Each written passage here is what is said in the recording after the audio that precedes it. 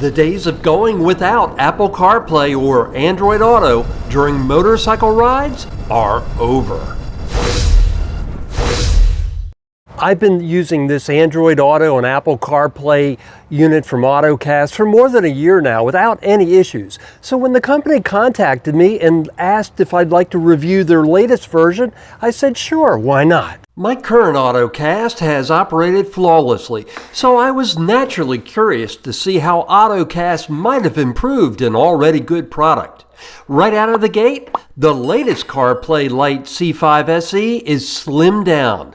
The new one features a design that isn't as bulky, but AutoCast still managed to squeeze in a slightly wider 5-inch screen with a 854 by 480 pixel screen resolution. Installation of the unit looks like it's going to be a breeze. All the components are included as you would expect. Here's the main mounting bracket that's going to go on the handlebar. Here's the main unit. So let's go ahead and get started. I don't think this is going to take very long. The needed tools are included as well. I'm going to go ahead and mount this bracket first. And one of the things that it comes with are little shock absorbers. So you'll want to place those in between when you're mounting, and that way you'll have a little shock protection when you go over bumps. By the way, that shock protection is another nice new feature that the previous model didn't have. Depending on the size of your handlebars, you'll also be using spacers, and the kit does come with a variety of sizes. So chances are pretty good, no matter what size handlebar you have, you'll have spacers that'll help with a perfect fit. Now, when you pre-assemble this bracket here, I would suggest just hand tightening this. And the reason for that is that way when you go out and you do your placement on the bike, if you decide that there's a better way to spin this, you'll be able to. Just remember though, before you clamp everything down, obviously when you pick your final position, you'll want to go ahead and tighten this up just to make sure nothing loosens up when you're out riding.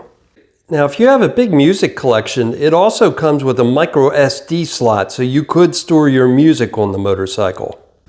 You would just remove these two screws to access it. The unit also comes with a sunscreen that attaches with two Phillip head screws. So now that we've got everything assembled, we're ready to go ahead and mount. And so I'll just go ahead and figure out my final placement, and then I'll just torque it down. Now that we've got the AutoCast mounted, comes the fun part, connecting it to your power source, which if you've got a modern motorcycle with a USB, it couldn't be easier. All you're going to do is plug it into your USB port. You've got a little screw here for your connector that you go ahead and tighten. In my case, since I've got an electric motorcycle and I've got a trunk where the gas tank would normally go, I'll just go ahead and route this right through, and I'll plug it into one of my USB outlets. And I am literally done with the assembly.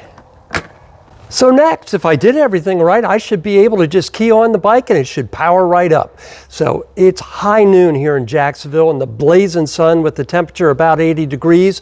So what I'm gonna do, I'm gonna hop on the bike, I'm gonna move it into the garage, get out of the sun where we can get a better look at the screen, and then we'll see how it goes from there.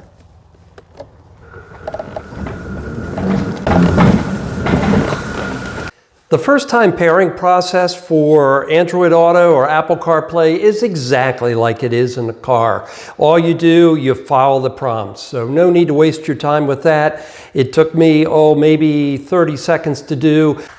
Now, for those of you with older bikes that don't have a USB port, no worries. They also include a 12-volt power kit that goes directly to your battery.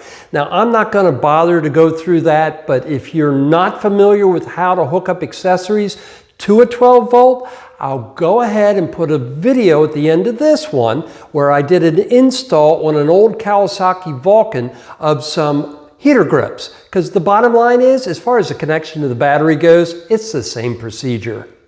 Now, what I really appreciate about this unit as compared to some others I've used, I didn't have to do a separate pairing with my Senna. At least in the case of my Samsung S23 Ultra and the Senna, everything hooked up automatically.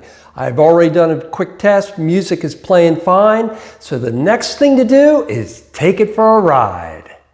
So it's a sunny day here in Jacksonville. Hopefully you can see the screen as we go for our first ride. Out on the road, the AutoCast works like any other Android Auto or Apple CarPlay unit. In the case of my Senna, Google Assistant works just like it does with a phone, allowing me to take or make calls or do anything via voice I could normally do. For EV motorcyclists, being able to have EV-specific applications like PlugShare or ChargePoint available at a glance during a traffic light stop is wonderful. The unit passed the glove test, although from a safety perspective, you'll obviously want to set up whatever apps you'll be using ahead of your ride to avoid distractions. It also has a physical home button and power button if you want to turn off the display while riding. Now that I have Android Auto, there's no need to subject my expensive smartphone to all the vibrations and bumps that come with motorcycling. Instead, I keep it either safely in my pocket or wrapped from harm and charging in the trunk. AutoCast says its CarPlay Lite C5 SE will work in temperatures ranging from 14 to 158 degrees. It also has an IPX7 waterproof rating for those rainy riding days. I didn't experience any connectivity dropout or other issues. Now I have double-checked my settings, and I did set the brightness at 100%. So as you can see, as we go under the underpass, it's absolutely fine.